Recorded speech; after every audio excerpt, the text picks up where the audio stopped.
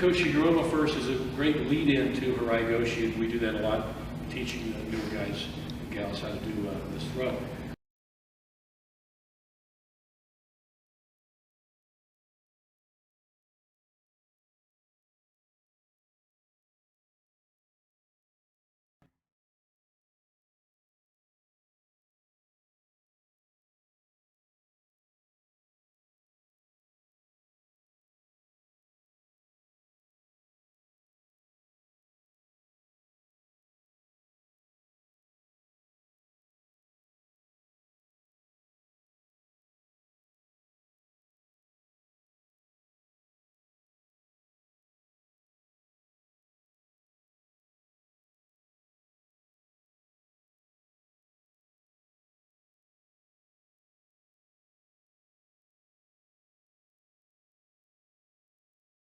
We're going to work on, we're going to do a two-step thing here. We're eventually going to do Harai Goshi.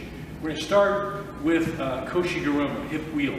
And I think for new people learning Harai Goshi, this is an ideal way for new people to learn Harai Goshi, so that's why we're doing it here tonight. So we're going to do Koshi Guruma, hip wheel. It's a different, you'll see the differences in a moment.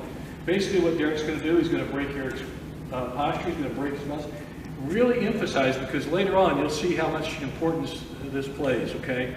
Really see how he's pulling here and he's rolling it up and he's like he's looking at a wristwatch, okay? See the elbows cocked up nice and high there? So he's really pulling, all right? I like to say pull him out of his feet if you can, okay? It's kind of a goofy phrase, but it makes you, maybe helps you remember. And he's got him popped up there. All right, now what he's going to do is he's going to turn into the throw, and as he does, he's going to grab here, and he grabs, you can grab pretty much anywhere, but if you grab here at the jacket, he's just controlling the shoulder. See how he's pulled it right on his hip, okay? And, turn around here, guys. You see that? And what he's going to do as he pulls over, he's going to look away and he's going to pull. Watch how he throws it. He's going to throw him right in front of him, right there. So it's fast, very fast. When I say tight, tight in a good way, compact turn. And it's called Koshi Guruma. You're wheeling him over your hip. It's a big wheeling motion. You see how he's wheeling him over the hip. When he comes in a moment, he doesn't quite as much with his hip, and he sweeps more with his leg. And that's the Harai Goshi action. You'll see that in a moment. But let's get good first at the Harai, or the Koshi Guruma hip wheel. One more time, we'll practice. Okay, break your balance, pop up. Now as you get good at it, you'll get good at moving and everything. We're learning it stationary here for the basics of it. You'll get good at moving into it, different directions. But right now, let's do this where it's stationary, okay? Okay, let's take another look here at the finish of your Koshi Guruma, because it's important. We will eventually work this into Harai Goshi, but how you balance yourself at the end of a throw is important. You just don't want to land on them out of control. When you throw them, you want to throw with control. And just figure like you're hitting a baseball, and when you hit a baseball, you still stop here, do you? You follow through, right? Because you got to get the follow through because you want it to go hard and far and fast. Well, when you throw somebody, you want to throw them hard, you want to throw them with control, okay? And this is what we call the kime, or the focus, or the finish of the throw. Some people call it zanshin, but I've always called it kime, and it means to finish it, okay? So when Derek throws here, he's going to throw, and when he throws, he's going to stay, he's not going to pull up necessarily, he's going to throw him, and he's just going to stay in control at the very end. That's really important because he may want to go into an arm lock or some kind of a hold down, something else, but he wants to have control at the very end of the throwing technique. So go ahead and demo. So the thing to remember is your lapel hand, you're going to drive through with it, okay? So as I step in, boom, knock up, catch, everything else is the same, but now this hand's going to come down, point where I want him to land, okay? See, by doing that, it helps him rotate through, and he puts it right in front of him. I don't want to necessarily throw him way out here without control. I want to put him right there at the bottom of my feet, where it's very convenient for me to do something to follow up.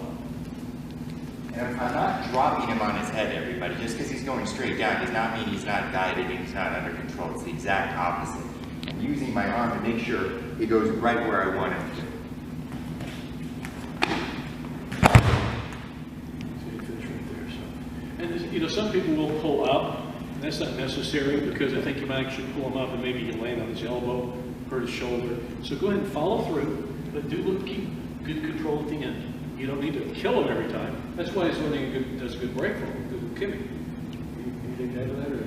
It's the same thing. It's a standing spin and pin or spin and stretch drill, okay? That's why we have that drill, so that you can do it over and over again and practice the follow through to the arm lock without killing your partner by throwing them over and over again. This is the standing version of it. You should be able to go right into that arm lock or right into the pin, okay? But you only get that by learning how to have the control to throw and stay standing.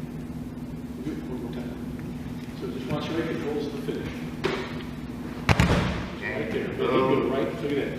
See, that's his choice. He chose to go down there after controlling it. He could have done something else. There you see immediate follow through. Okay. So we call kime, or focusing or finishing. Okay. We'll do that, and we're going to move right into Harai Goshi after this. Let me point out a few things before we go into Harai Goshi here, still with Koshi Guruma. And again, learning Koshi Guruma first is a great lead-in to Harai Goshi. We do that a lot, teaching the newer guys and gals how to do this throw. But let's talk about the turning of the body. Now look, don't make a big deal out of how you stand and also your feet. I mean, how you stand, yes, but when you're coming in and breaking his balance, I would really want to emphasize this. And don't step to him because he could foot sweep me and you know. So when you do this, just kind of get your foot out of the way. When you notice Derek doing this, we didn't say a lot about it because I wanted you to naturally turn and roll. And everybody was doing that quite well, okay? So when you're breaking his balance, popping him up, even if you are standing and walking him into it or directional, pop him up, and you're just basically getting your foot here and it's getting out of the way. So even when I'm coming in, I turn and rolling. And when you see Derek come in and do this, come on here. And when he does this, he doesn't make a big deal about how he steps in. You want to make it a big deal, but don't overdo it, is what I'm saying. Okay, let me get out of the way here. So when he emphasizes this lifting, pulling action, this surikomi action, he pops him up, and notice how he steps across the body. And that just opened everything up there, and now all he has to do is roll in, and he's in position to throw. Did everybody see that? And when he does that, he just rolls him over his hip, wheels him over his hip. That's what we call it Koshi Guruma, you're wheeling him over the hip. Don't make him a too big of a deal. Some people try to jack a guy up and use that. You don't necessarily have to jack him up, just rotate him over your body and by pulling and lifting up, okay? So there you have that. If you do it that way, you're gonna lead right into a really, really good way of doing Harai Goshi here. So let's look at this. Do it again. And again, as you get good at these, you know, eventually you want to walk him into the Koshi Guruma with moving, but right now we're doing basics, we're doing stationary, okay? So he breaks his balance, he does everything else, he comes in, but Derek is going to make sure of this. He doesn't want to throw his hip in too far in front of Eric. So when he comes in and does his turn, it's kind of like right shy, just slightly in front of him. Because what he's going to be doing now, he's going to be pointing his toe, he's going to be sweeping across the leg. And you don't have to make a big, big sweeping movement. You can come in and just make a short, choppy, sweeping movement. But always remember, point your toe and just follow through with it. So you don't have to throw him all. If you throw him too much over your hip, you're coming too hard with your hip.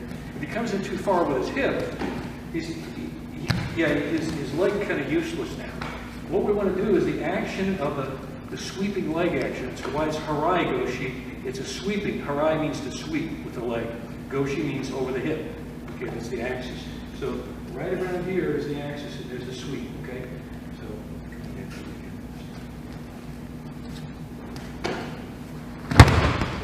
and it's the action. You notice when he swept, pointed his toe, and his head down, his foot up. Okay, it doesn't have to be a big reaping motion. You don't have to make a big deal out of this. When you're coming in, you don't have to do this. Maybe that looks, some guys might like to do that. What I want to do really is just get it here, and I'm going to sweep just in front there. It's a fast Harai, it's a fast sweep. And the faster the sweep, the more momentum you'll have. There you go, okay? What you're doing is adding more power to the hip throw by sweeping the legs. This is a good way to learn it from Koshi Guruma right into Harai Goshi. Okay. Everybody got that? Can you see it one more time? Eric loves to take falls. He doesn't.